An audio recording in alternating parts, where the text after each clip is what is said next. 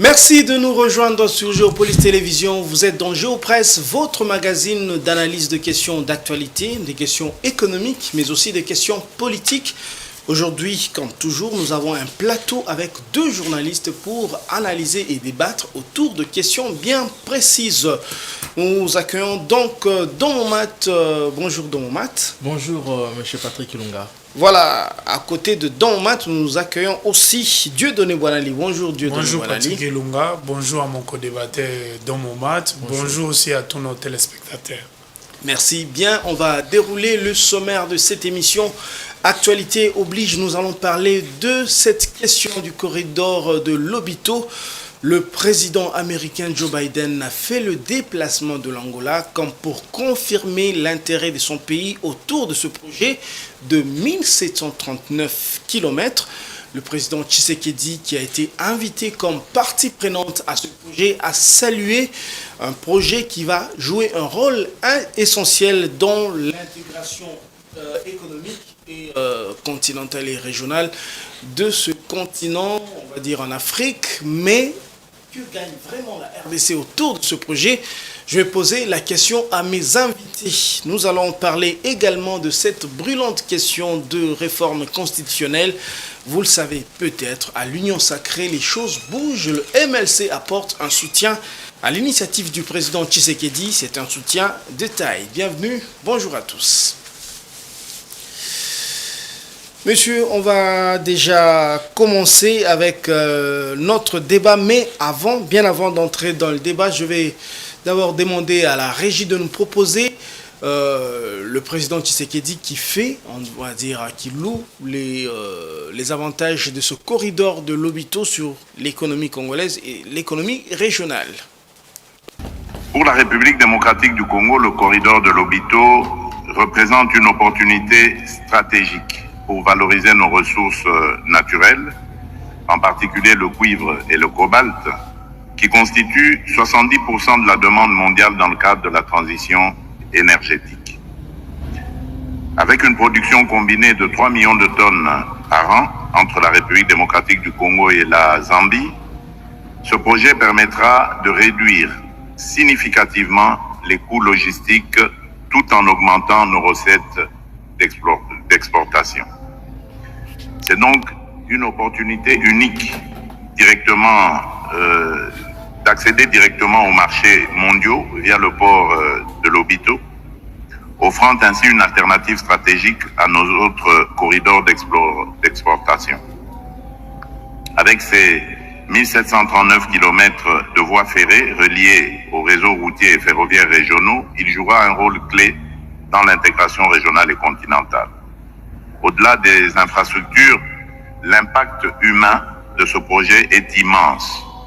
Ce corridor catalysera la création de plus de 30 000 emplois directs et indirects, réduisant la pauvreté et favorisant le commerce intra-africain en ligne avec l'agenda 2063 de l'Union africaine.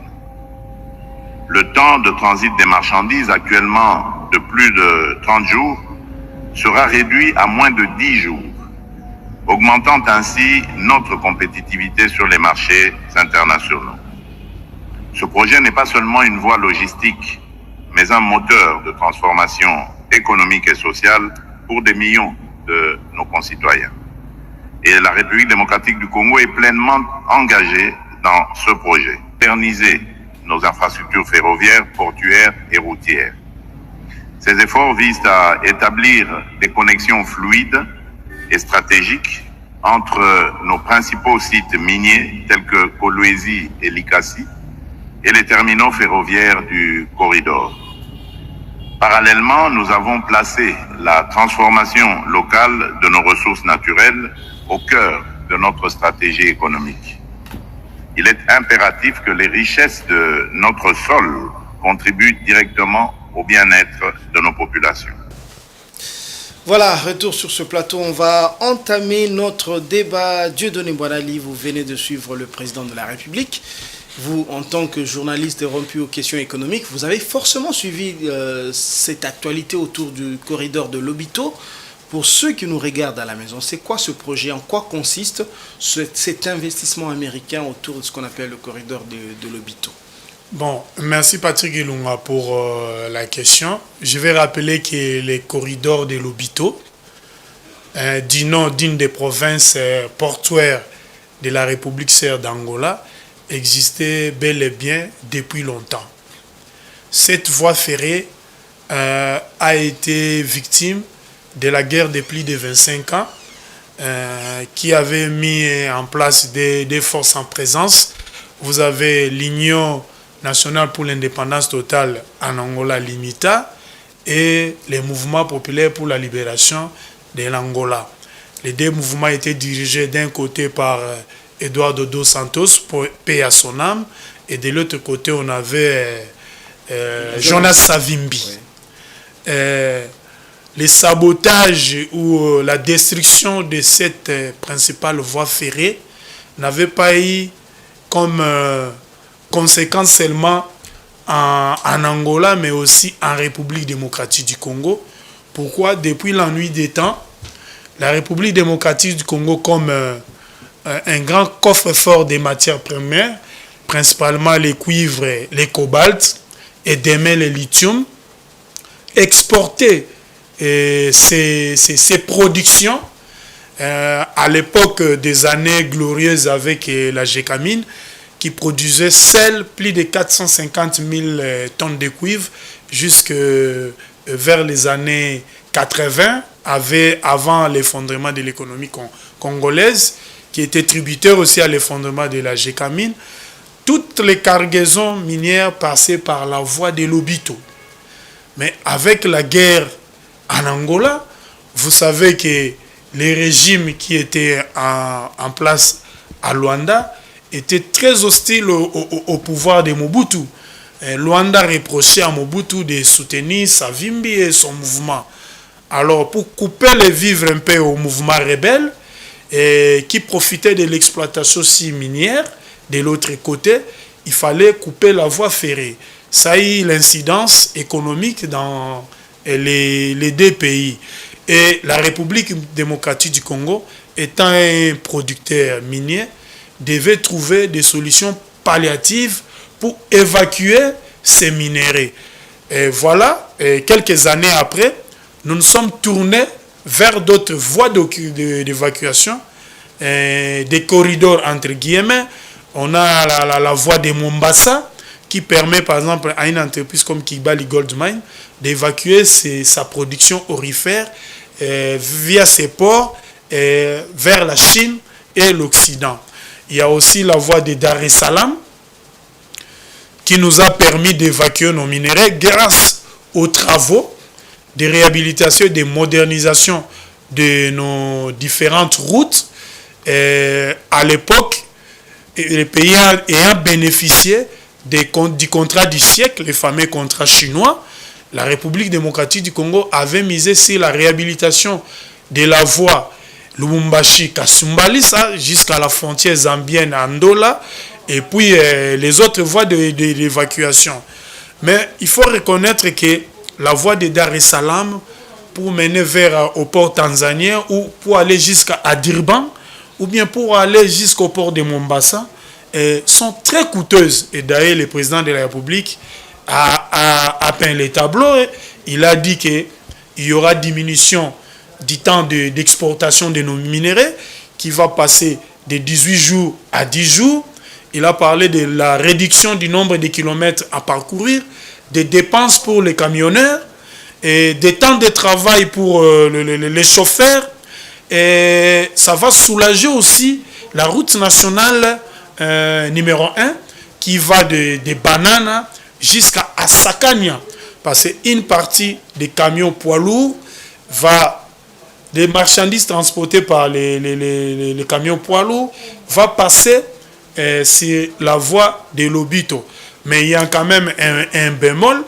Les principaux producteurs miniers sont la Zambie et la République démocratique du Congo. Aujourd'hui, la République démocratique du Congo est devenue le premier producteur africain du cuivre, détrônant la Zambie. nous sommes à l'heure actuelle les premiers producteurs mondiaux du cobalt et demain peut-être du lithium. Maintenant, il y a des personnes qui manifestent des craintes sur ces projets. Par exemple, que vont devenir la Société nationale des chemins de fer et puis l'ONATRA. On en Est-ce parlera. qu'ils vont se retrouver dans ce contrat? Et puis, ce qui est regrettable, Biden est allé fêter le retour du corridor de l'Obito comme principale voie d'évacuation en Angola. On aurait aimé voir Biden sur les terres congolaises. Et l'histoire s'est écrite ailleurs. Et pourtant, l'Angola n'est qu'une voie de transit. Nous sommes les producteurs. L'Angola est connu pour être un grand producteur de diamants, de pétrole, Patrick Ilunga, mais pas du cuivre et du cobalt. Ce rôle-là est reconnu à la RDC et à la Zambie. Voilà, donc merci d'avoir peint le tableau. Il s'agit d'un projet entre la RDC, l'Angola et la Zambie pour l'évacuation des minéraux. Mais le projet bénéficie de l'investissement américain, je crois, à hauteur de plus de 3 milliards de dollars américains. Dans mon mat, on sait que c'est une question essentielle pour l'économie. C'est vrai que le président de la République a salué, a souligné beaucoup de choses, entre autres la création d'emplois, entre autres l'augmentation des recettes pour la RDC. Mais la question, c'est en tout cas une question essentielle. On sait que les voies, ce qu'on appelle les voies d'évacuation, les voies du Sud, les routes du Sud, c'est, on va dire, c'est à une floraison économique avec la mort, entre guillemets, de la SNCC, de l'ONATRA qui transportait les minéraux. À partir du moment où l'ONATRA et la SNCC ne transportaient plus les minéraux, ces deux entreprises sont presque en faillite, sont, en tout cas, on va dire, traversent traversée du désert.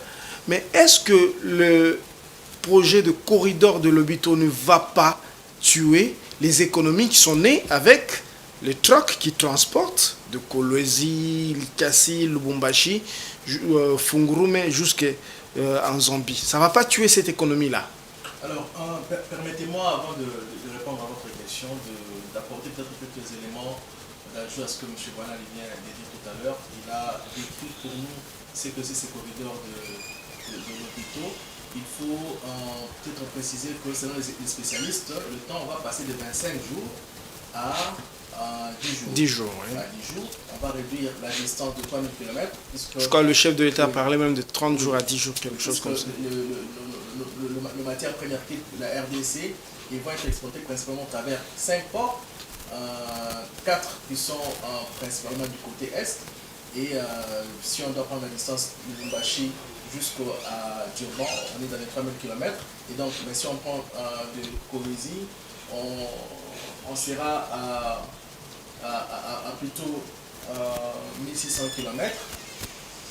Et donc, on sera à 1600 km. Et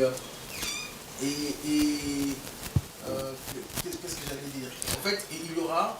Donc, il y aura une, on va dire, le chemin va se raccourcir. Donc, un côté bénéfique du projet, on va dire ça comme ça. Oui, en fait, il y aura ces côtés-là, il y a le bénéfice en termes, le gain en termes de temps, en termes de... Donc, il y a des avantages et des inconvénients pour ces projets. Par exemple, la République démocratique du Congo s'est lancée dans un méga projet de construction du port en eau profonde des Bananas avec un grand groupe émirati, DP World.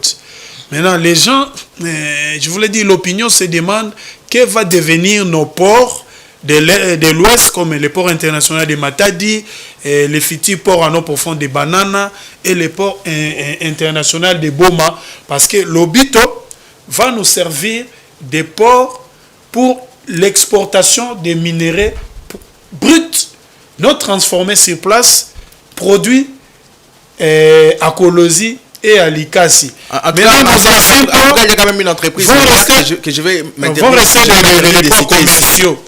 je vais m'intéresser cette entreprise minière ici, qui a tout de même dit qu'elle était en train de construire une fonderie qui sera enfin près d'ici là. Et donc, il y aura quand même une certaine transformation un peu plus approfondie de nos matières premières, du cuivre principalement. Bon, je voulais dire que oui. Nous avons déjà une concurrence entre les ports régionaux avec les ports congolais. Déjà, les ports de Pointe-Noire nous mènent une concurrence déjà déloyale. Vous avez encore les ports de Luanda. Maintenant, vous venez ajouter encore les ports de Lobito. Maintenant, nous nous demandons quels vont devenir nos ports. Les ports de l'Onatra, en fait, de Boma, je comprends votre inquiétude. Hein, parce que je comprends votre inquiétude. Il y aura des ports pour l'exportation des minéraux et des ports pour l'importation des produits de première nécessité, des matériels dont avons-nous besoin au pays. C'est ça le problème. Je comprends. Et j'étais justement en train d'expliquer, de commencer par là pour arriver au problème que soulève M. Boinal. Pourquoi il soulève ces problèmes-là? En fait, je disais que ça va représenter un certain nombre de bénéfices pour la RDC, en termes de temps, en termes de coûts, puisqu'on prévoit jusqu'à 49 trains d'ici 30 ans, 49 trains qui doivent circuler quotidiennement, avec possibilité de faire un aller-retour. Et donc, il y aura aussi un impact, il faut le souligner également, un impact sur le coût un impact environnemental, puisque, vous l'avez dit, aujourd'hui, avec la construction de la route Kasumbalesa vers la Zambie, puisque nos matières premières passent par la Zambie, parfois par les Zimbabwe pour atteindre le port de Durban. Et donc, ça passe en track. Et ce sont des émissions de gaz à effet de serre qui sont émis avec le train. On va donc réduire significativement ces émissions-là. Et donc, il y a tout ça. Alors, pour en arriver aux inquiétudes de M. Boinal, c'est que nous nous retrouvons en fait dans un projet où nous n'avions rien demandé.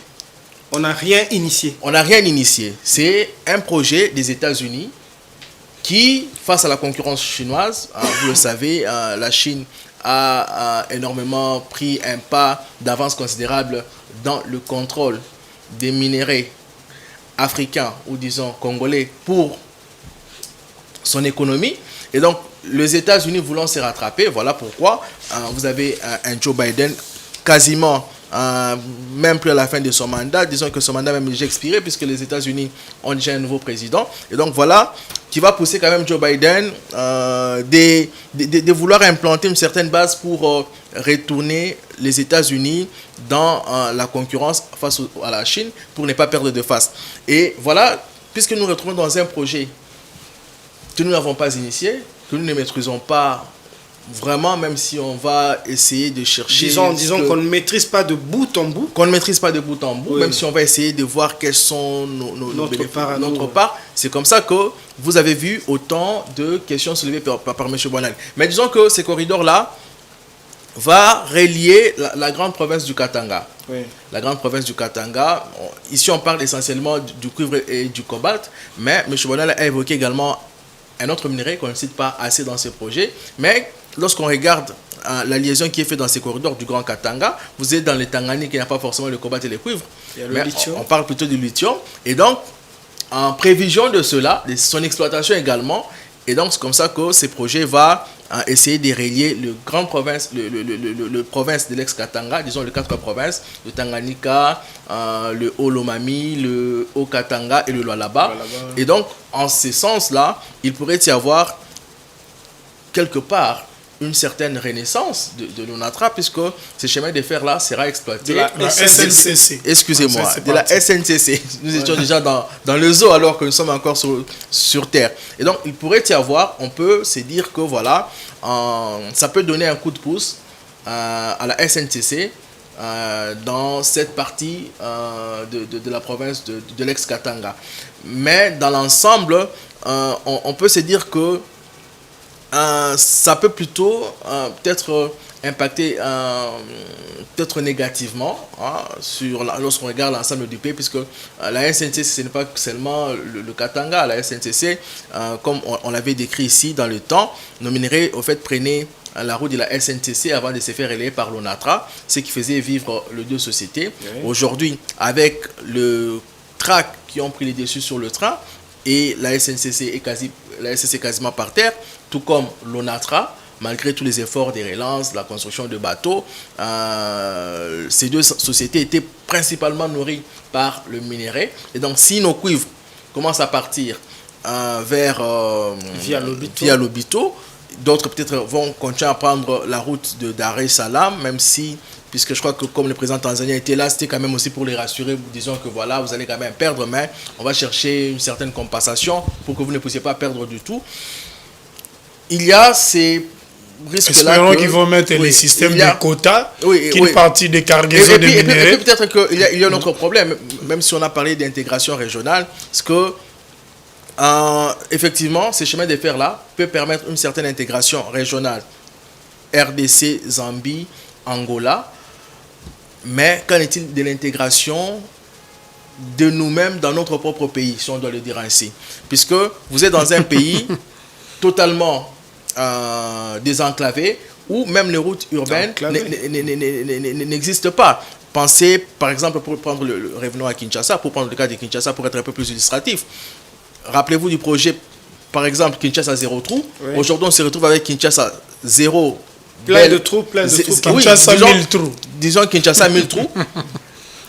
Et où les gens ne savent pas s'émouvoir. Et donc, il y a risque à la longue, ce qu'il faudrait peut-être aussi souligner, il y a risque peut-être que nous puissions développer une forte intégration régionale avec d'autres pays pour les provinces qui sont développer une certaine dépendance. Développer une certaine dépendance, puisque remarquez, tout autour de nous, tout autour de la RDC, le pays, l'Ouganda, le Rwanda, la Zambie, l'Angola maintenant, il y a des infrastructures qui sont en train de se développer, des infrastructures qui permettent l'intégration régionale. Mais lorsque vous venez à la RDC, déjà, chez nous, il n'y a rien. Et donc, c'est quand même quelque chose, c'est comme ça qu'il est vraiment important.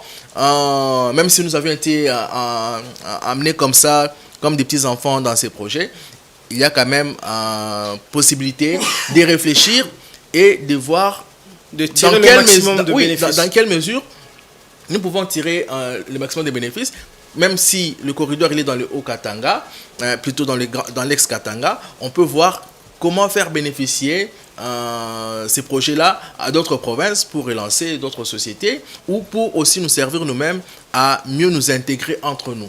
Voilà, Dieudonné Boinali, je pense que la question est claire. On n'a pas besoin d'être un grand économiste pour savoir qu'il y aura d'impact sur l'économie. Alors, reste à savoir maintenant, est-ce que ce sera un impact positif? Est-ce que en réactivant le corridor de Lobito, on est en train de tuer les routes du sud avec les trucks qui payent par tonne, qui payent par tonne, en tout cas beaucoup de frais.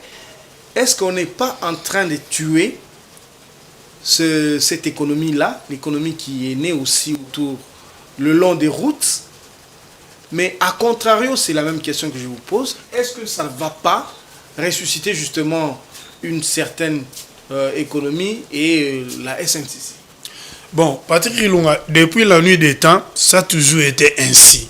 Les chemins de fer ont repris ses droits. Souvenez-vous de l'adage du célèbre explorateur Henry Morton Stanley, qui disait que sans les chemins de fer, le Congo ne vaut pas un penny, c'est-à-dire le Congo ne vaut rien. Voilà, c'était une unité de monnaie. Nous sommes heureux de fêter une unité de monnaie. Nous sommes heureux de fêter le retour du corridor de Lobito comme l'une ou la principale voie d'évacuation des minéraux de la région Grand Katanga. Mais il y a des avantages et des inconvénients. Par exemple, à ce qui concerne les transporteurs, au sein de la Fédération des entreprises du Congo, vous avez une association des sociétés de transporteurs des camions poids lourds. Quand vous allez au Katanga, demandez aux Congolais qui y vivent, et nous qui avons de temps en temps des occasions d'aller faire des reportages, vous trouvez sur la voie comme Lubumbashi, Kasumbalesa, plus de 3000 camions poids lourds qui occasionnent même des embouteillages dans des grandes villes minières du pays. Vous avez Lubumbashi, Kolwezi, Likasi. Ce qui a poussé même les chefs des exécutifs provinciaux de construire des routes de contournement. Parce que c'était devenu invivable, c'était devenu impossible de circuler dans une ville comme Lubumbashi. Je donne les inconvénients. Sur le plan, par exemple, les recettes du péage, les recettes vont diminuer. au niveau de la société des péages du Congo. Et vous savez que l'argent du péage sert à entretenir, à réhabiliter la route nationale numéro 1 dans son tronçon compris entre Lubumbashi jusqu'à la frontière de Kasumbalesa. Et moment a donné les avantages sur le plan environnemental, parce qu'il faut le dire, les véhicules, les camions qui consomment les fuels, les diesels, de l'essence, polluent. Il y aura la diminution, certes, de la pollution, de l'émission du gaz à effet de serre, des bénéfices environnementaux, mais sur le plan financier, ces sociétés-là privées vont perdre. La SCC va se retrouver. Vous avez la parole. Ben. Simplement, il faut signaler, pour les téléspectateurs qui nous regardent, là-bas, c'est principalement le train électrique. Les trains électriques. Voilà.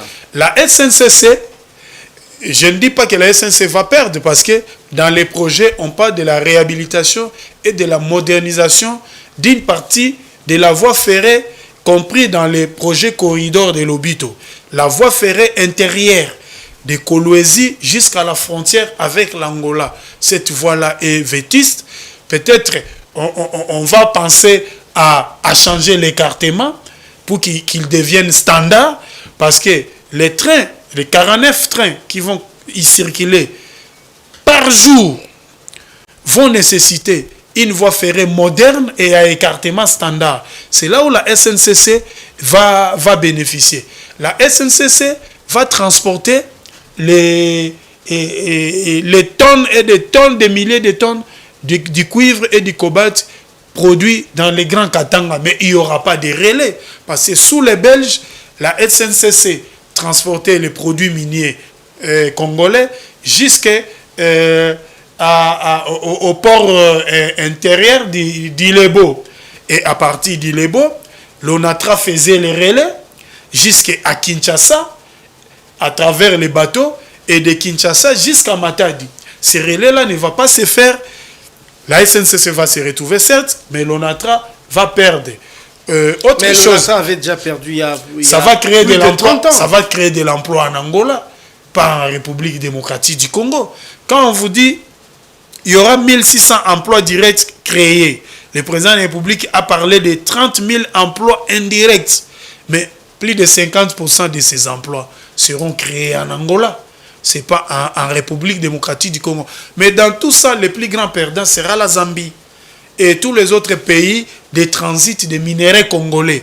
Vous avez les premiers pays de transit, c'est la Zambie. Et vous avez la Tanzanie, vous avez le Zimbabwe, vous avez l'Afrique du Sud. Les grands bénéficiaires sera l'Angola. C'est pour cela que vous voyez le président angolais s'investir beaucoup pour le retour de la paix en République démocratique du Congo. D'ailleurs, Félix Tshisekedi l'a souligné. Oui, et parce que peut-être on a glissé quelque chose qui va vers la politique dans ces projets-là. Oui. Je dois les dire ainsi et m'arrêter juste à dire ça. Ces projets, c'est peut-être aussi une carte politique qui est tendue au président actuel. Voilà. Je me limite à dire ça. Pour le retour de la paix à l'Est, peut-être c'est une carte. Et il faut aussi vous demander pourquoi Félix Tshisekedi n'a pas voulu aller participer au sommet des pays d'Afrique de l'Est, East African Community, où il était presque plébiscité pour devenir le nouveau président de la communauté. Mais le président a choisi d'aller faire la tournée dans la partie orientale du pays. Le président était à moins de 30 minutes de Dar es Salaam, à Kalemi, là où s'est déroulé les sommets en Tanzanie. Le sommet, c'était à Arusha. Voilà, on dit souvent que Tshisekedi n'est pas stratège. Il s'est dit, bon, là-bas, c'est peut-être la distraction. Je me réunis avec les ennemis du Congo et aussi des amis du Congo. Et la paix ne revient toujours pas.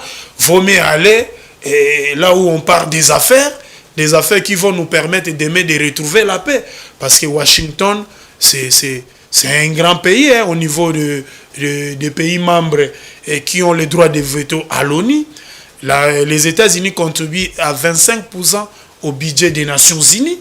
Donc le budget de la MONUSCO que nous avons là, vous trouvez 25% d'argent des contribuables américains. Et le président peut-être s'est dit, bon, j'ai essayé la voie de l'Est pour le retour de la paix en République démocratique du Congo. j'ai fait confiance à Lourenço, j'ai fait confiance à Joe Biden.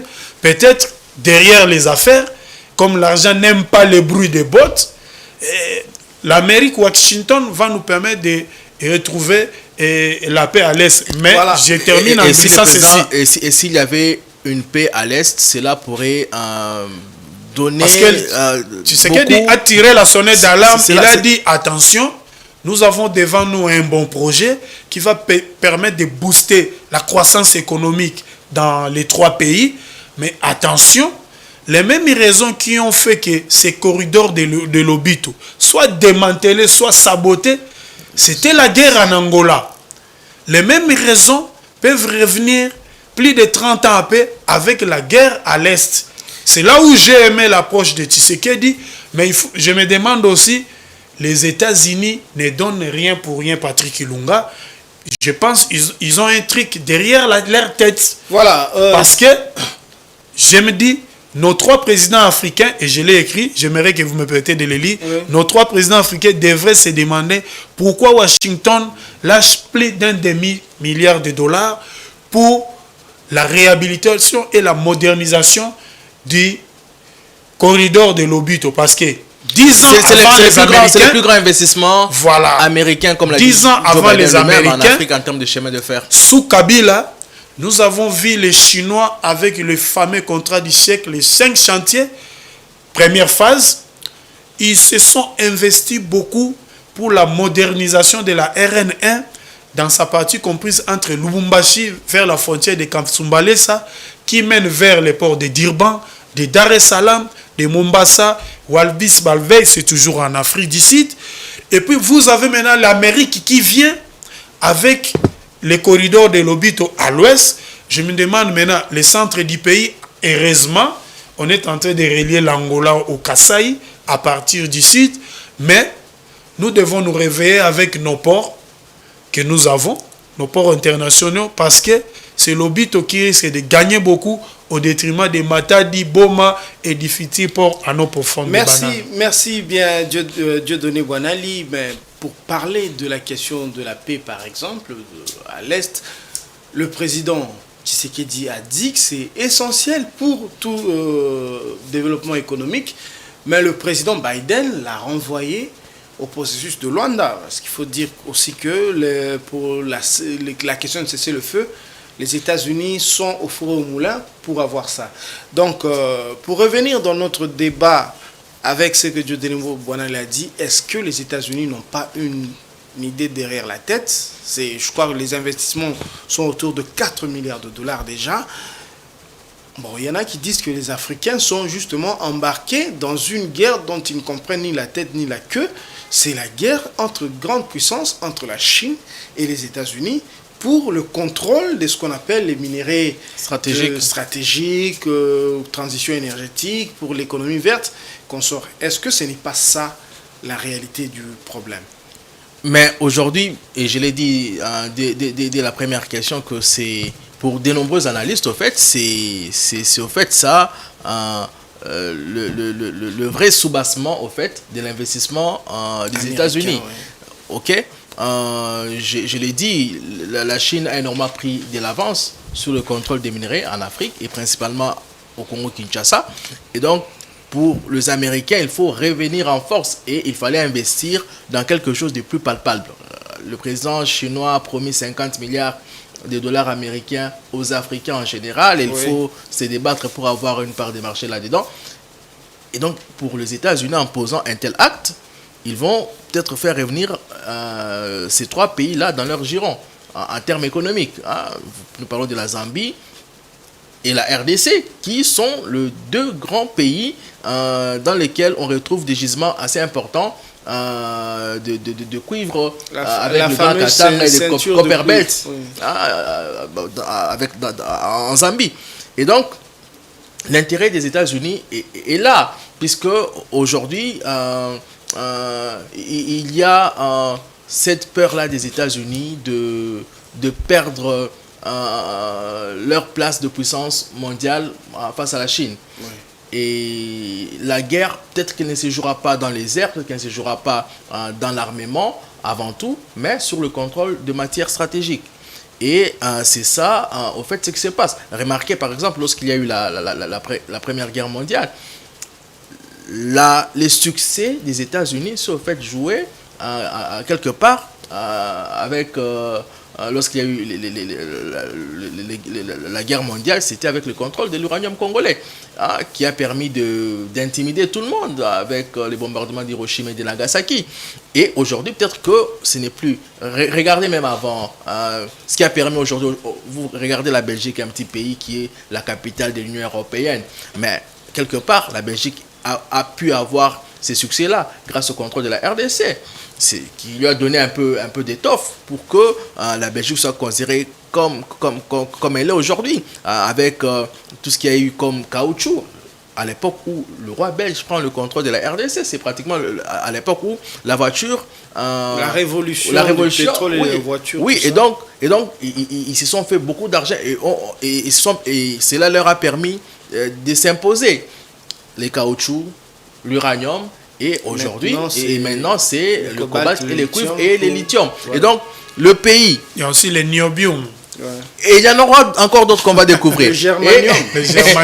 Et aujourd'hui, donc, le pays qui réussira à avoir le contrôle de ces minerais connus et non connus, c'est pratiquement le pays qui va diriger le monde demain. Et donc, il risque d'y avoir le problème avec ça, ce qu'il risque d'y avoir une certaine...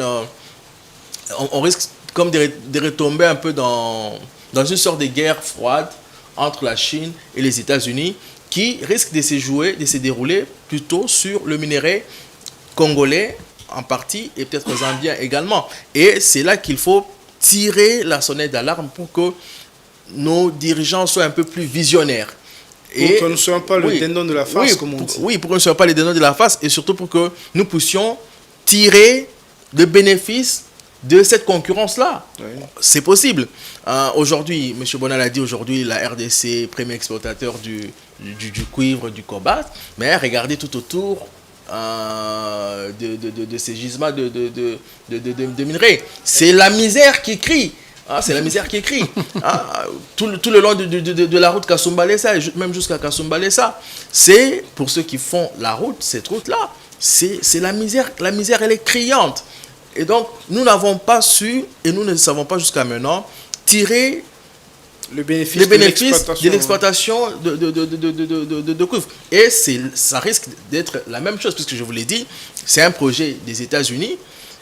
Et même si on doit parler de développement, on dit, bon, il y a également des projets dans l'agriculture, dans l'industrie et tout, mais ce ne sont pas des œuvres de charité. Aucun pays ne viendra pour vous faire des dons.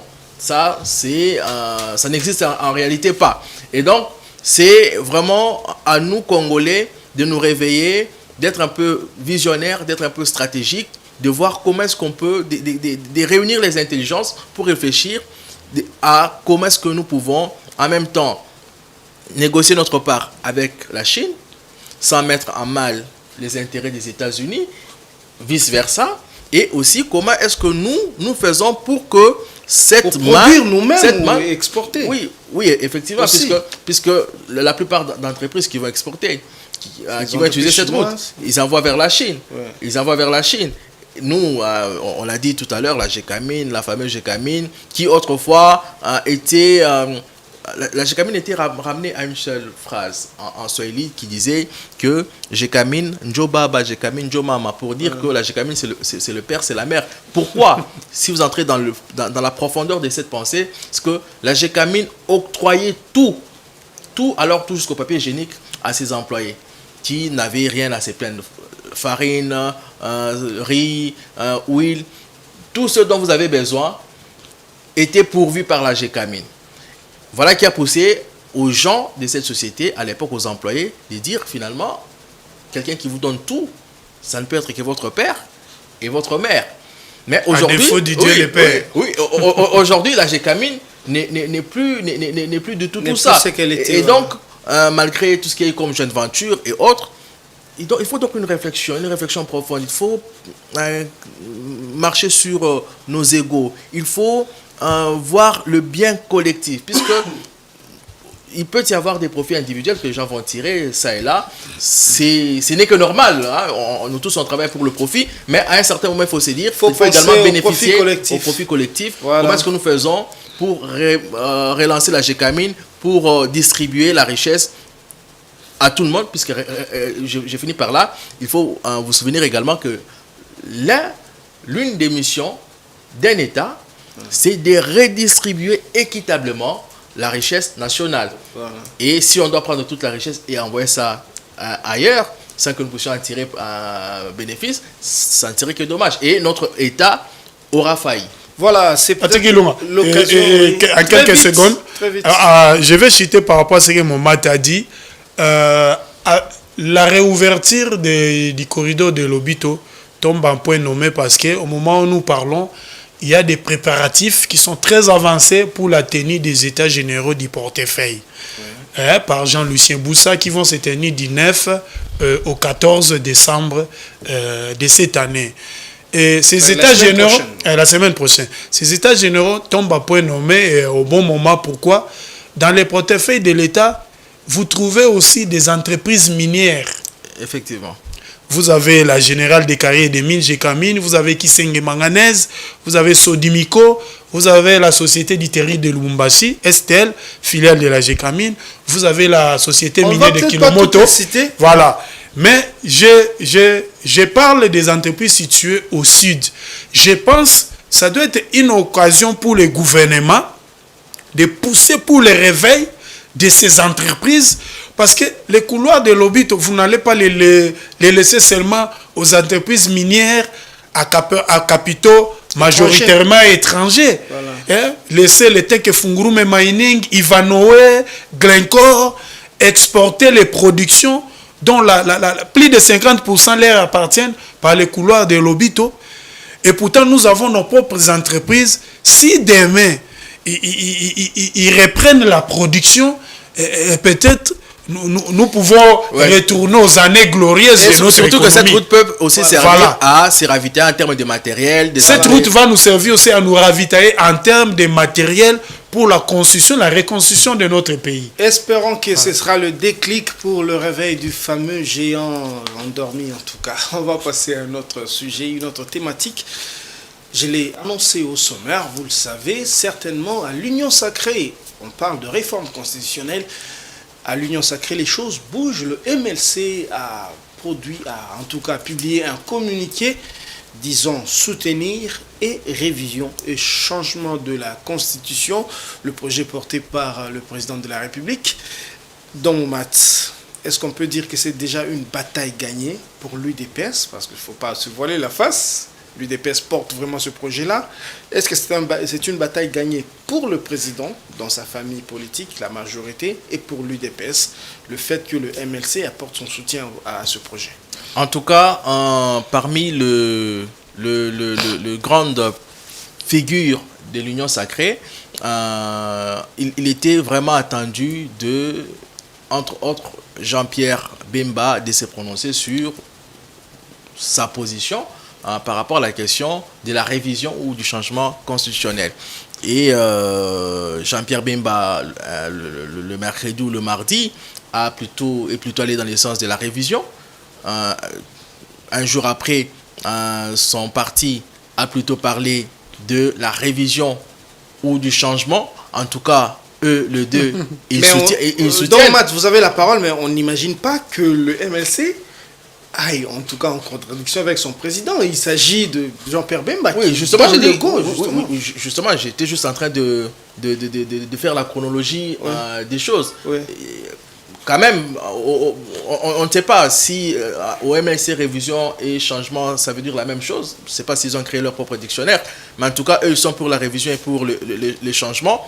Leur leader, Jean-Pierre, a été pour la révision, mais à voir le communiqué, ça paraît clairement que, voilà, peut-être que pour ne pas perdre la face, Bemba, c'est une personne qui est connue pour avoir une forte personnalité, un charisme politique, et donc, pour ne pas perdre la face, il n'a pas voulu directement dire voilà une sortie médiatique, une première sortie médiatique comme ça après les élections et directement bon je suis d'accord pour le changement constitutionnel, ça l'aurait vraiment dégradé de tout le galon qu'il gardait encore.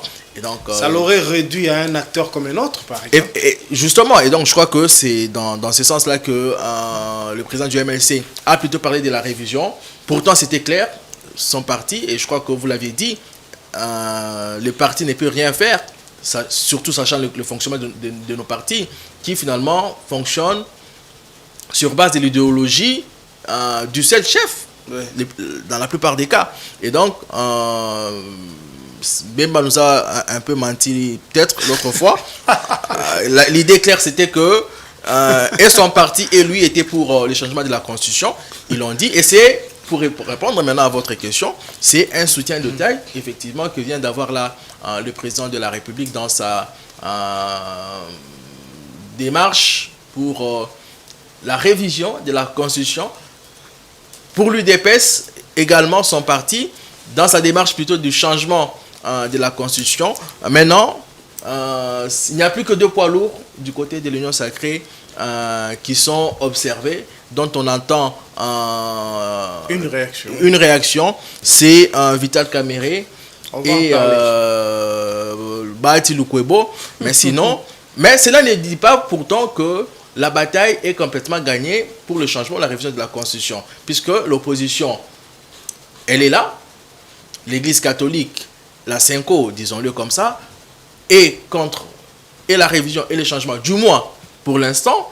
Et on attend que l'Église SCC s'est prononcée. Oui. Elle a dit, bon voilà, je vais me prononcer très bientôt. Mais parfois, nos églises, ce qui est quand même fort dommage, ça ne représente pas forcément les avis des fidèles. Et c'est souvent aussi en fonction de la proximité ou l'acquaintance des leaders et des leaders religieux, des leaders religieux du moment et des leaders politiques.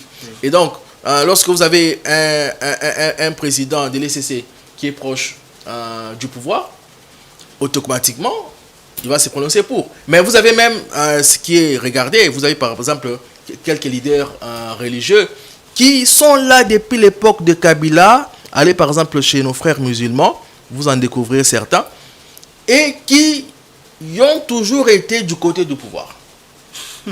Tout ce que le pouvoir dit, lorsque le pouvoir a besoin d'un soutien, vous le voyez là, devant la caméra, ils sont là en train de faire tout simplement comme ça, et un d'entre eux est en train de se prononcer, comme j'en ai vu 3 qui se sont récemment prononcés. Non, voilà, nous devons revenir à notre culture, dans nous coule, même si nous sommes de différentes religions, dans nos sangs coule le veine, dans nos sangs coule le sang, dans nos veines coule le sang congolais, donc il faut tous la bokoko. C'est tout simplement des gens, des leaders religieux qui sont circonstanciellement proches du pouvoir. Et lorsque vous en trouvez qui ne sont pas proches du pouvoir, lorsque vous allez par exemple dans certaines régions du pays, où vous retrouvez des leaders politiques qui ne sont pas, qui ne boivent pas à la même source que le pouvoir, eux, ils sont contre. Donc, voilà, comme je disais, ce n'est pas encore gagné. Il y a des gens qu'il faut convaincre, même des simples citoyens qui se demandent pourquoi le président veut changer la constitution maintenant, est-ce que ça vaut la peine? Des gens qui disent, bon voilà, est-ce qu'on ne peut pas commencer par régler la question des embouteillages, la question du social? Bon, peut-être que ça va, dès le mardi, le ministre de l'économie a dit que nous pourrons avoir le prix de certains produits baissé. Peut-être que ça sera déjà un déclic. Mais au fait, il y a encore beaucoup de gens, pas beaucoup, il y a des gens à convaincre. On n'a pas d'échantillons, il y a des gens à convaincre. Il y a des gens qui sont déjà convaincus. Et ce n'est pas quand même, disons, gagné pour le président de la République, même si chaque jour qui passe, et ça sera comme ça, il y aura des gens qui vont se prononcer pour ou contre le changement de la Constitution. Voilà, Dieudonné Boinali, je vous pose la même question. Est-ce qu'on peut considérer qu'à l'Union Sacrée, le ralliement du MLC ou bien de Bemba, c'est une victoire pour Tshisekedi et puis l'UDPS par rapport au projet de réforme constitutionnelle? Difficile de les confirmer à ce stade, Patrick.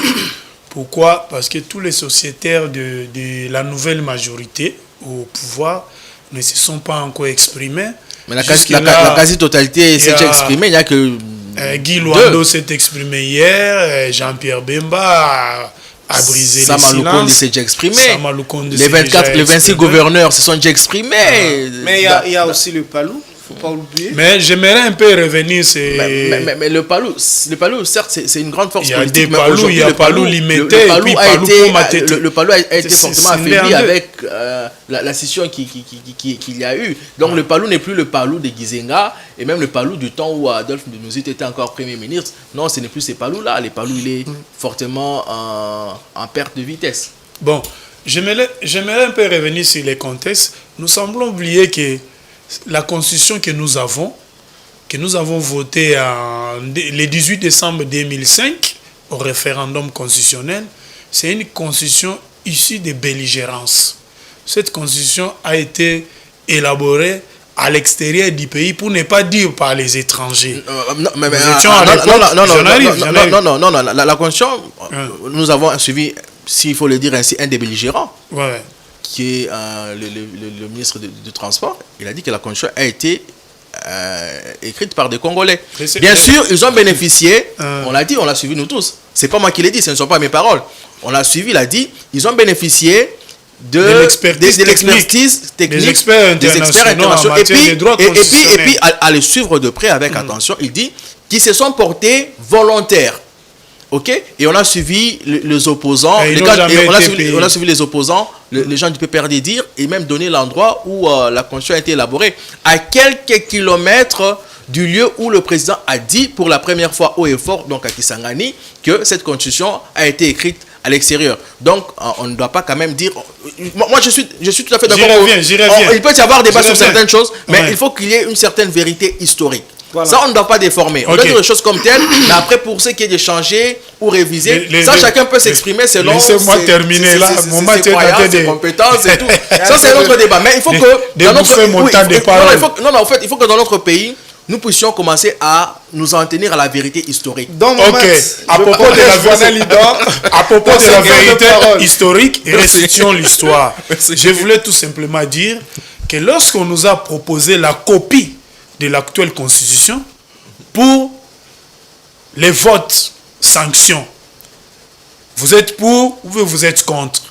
Nous avons suivi la société civile, les leaders religieux que vous avez cités ici, dont l'église catholique, dire à la population, le pays a été divisé par 3. Nous faisons face à la menace de balkanisation. Votons d'abord cette constitution. Voter en Gonanu, donnons plus de oui, nous avons besoin de la paix, nous avons besoin de retrouver nos 2 345 000 km². Dieudonné Boinali, le fameux parti républicain, nous l'avons voté. Je pense qu'il tient encore aujourd'hui. Oui, ça tient. L'actuel parti présidentiel, l'Union pour la démocratie et le progrès social, je parle de l'IDPS Tshisekedi. Je me souviens à l'époque, l'IDPS Tshisekedi, conduit par Etienne Tshisekedi Wamunumba, paix à son âme, était contre à un certain moment pour cette copie ici de la Constitution qui a été révisée sous Kabila. Mais à un moment donné, il y a eu rétropédalage. Le patriarche Etienne Tshisekedi, paix à son âme, va nous dire, nous la population, votons ça, nous avons besoin de la paix, nous avons besoin de réunir notre pays. Le pays a été scindé. Il était contre. Ouais. Il a dit voter non. Il était contre. Il avait dit voter non. Ouais. Mais l'IDPS avait boycotté les premières élections, non? Ouais. De 2006. 2011, l'IDPS était là, non? Mais l'IDPS a changé de discours. Pour nous, non, votons. Je me souviens même, les archives existent. L'actuel parti présidentiel disait à l'époque, Le jour où l'IDPS sera au pouvoir, nous allons modifier cette constitution. Et nous y sommes. Et il ne faut pas prêter des intentions au président Yaboui Félix Tshisekedi qu'il n'a pas actuellement. Momat l'a dit tout à l'heure. Le président Tshisekedi a lancé un ballon d'essai. Et ça a occasionné les débats républicains et citoyens. Je vous dis même, au sein même de l'opposition, la majorité est pour la révision. C'est Sanga. Il y a des vidéos qui existent, non? Lui-même, il en appelait à la révision. Il disait même, j'ai la copie de la nouvelle constitution, la meilleure. C'est Sanga. Alors, Dieu donné Boanali. C'est parce que, attendez, vous avez la parole. À l'époque de l'histoire du corbeau et le renard, on a arraché à ses sangs les fromages dans la bouche. Non, il devient Dieu donné Boanali. Oui. Il nous reste 3 minutes. Oui. Je vais poser la dernière question. Ce sera la même question pour Momat.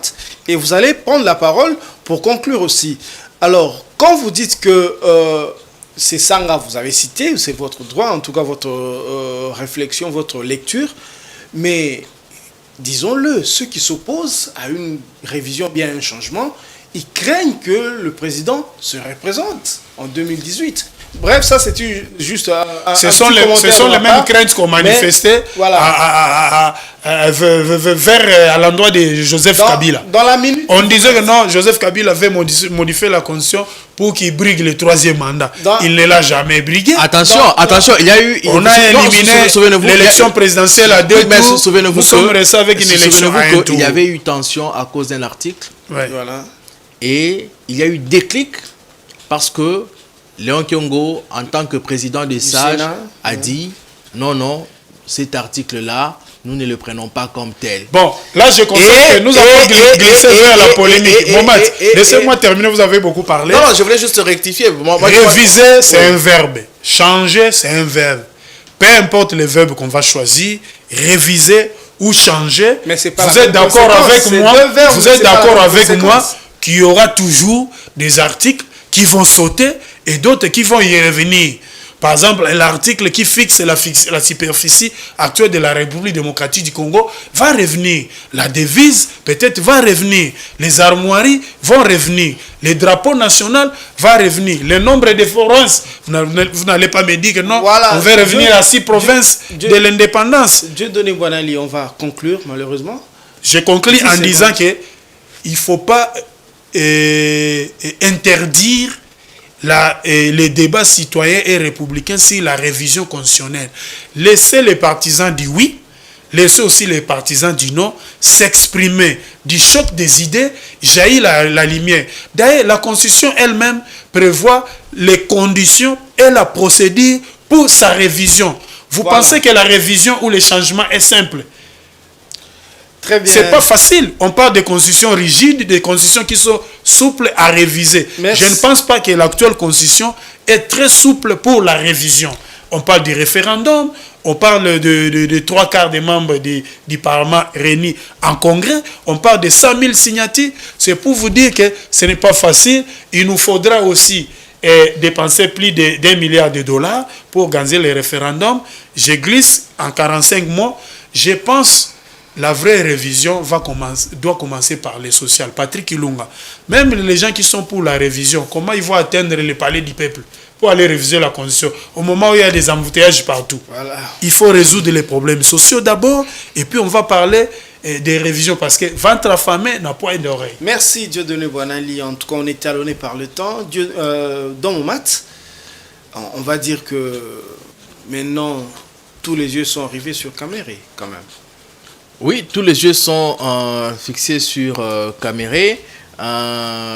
Lui aussi, certainement, en ce moment, il est en pleine réflexion. Va-t-il peut-être faire comme Jean-Pierre Bemba, révision, et puis l'UNC va dire un changement ou bon, voilà, il est en pleine réflexion, mais il est quand même face à un deal, à un véritable dilemme, allais-je dire, merci, parce que comme je l'ai dit, si la Constitution avait les changements de la révision, les changements ou la révision de la Constitution avait été l'initiative du consortium de l'Union sacrée, ça aurait eu ça aurait eu un autre aspect que en ce moment où le changement est la seule initiative avant tout de l'UDPS. Ce qui met un peu... l'initiative du président soutenue par l'UDPS. L'initiative du président était au départ pour la révision tout de même. Après, bon, on est passé au changement. Mais ça met quand même en difficulté certains alliés, comme l'UNC qui se considère comme des alliés de taille, puisque lorsqu'on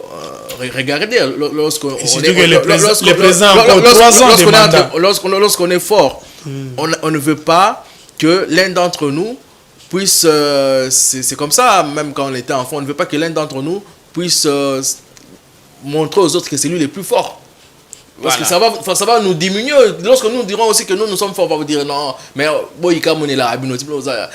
il y a ça qui fait que, bon, voilà, l'UNC, ils sont vraiment devant un dilemme très difficile, mais il finira par se prononcer. Merci beaucoup, Don Omar. Ce sera votre mot de la fin pour cette émission. Je vous remercie en tout cas pour avoir répondu à notre invitation et avoir analysé avec profondeur.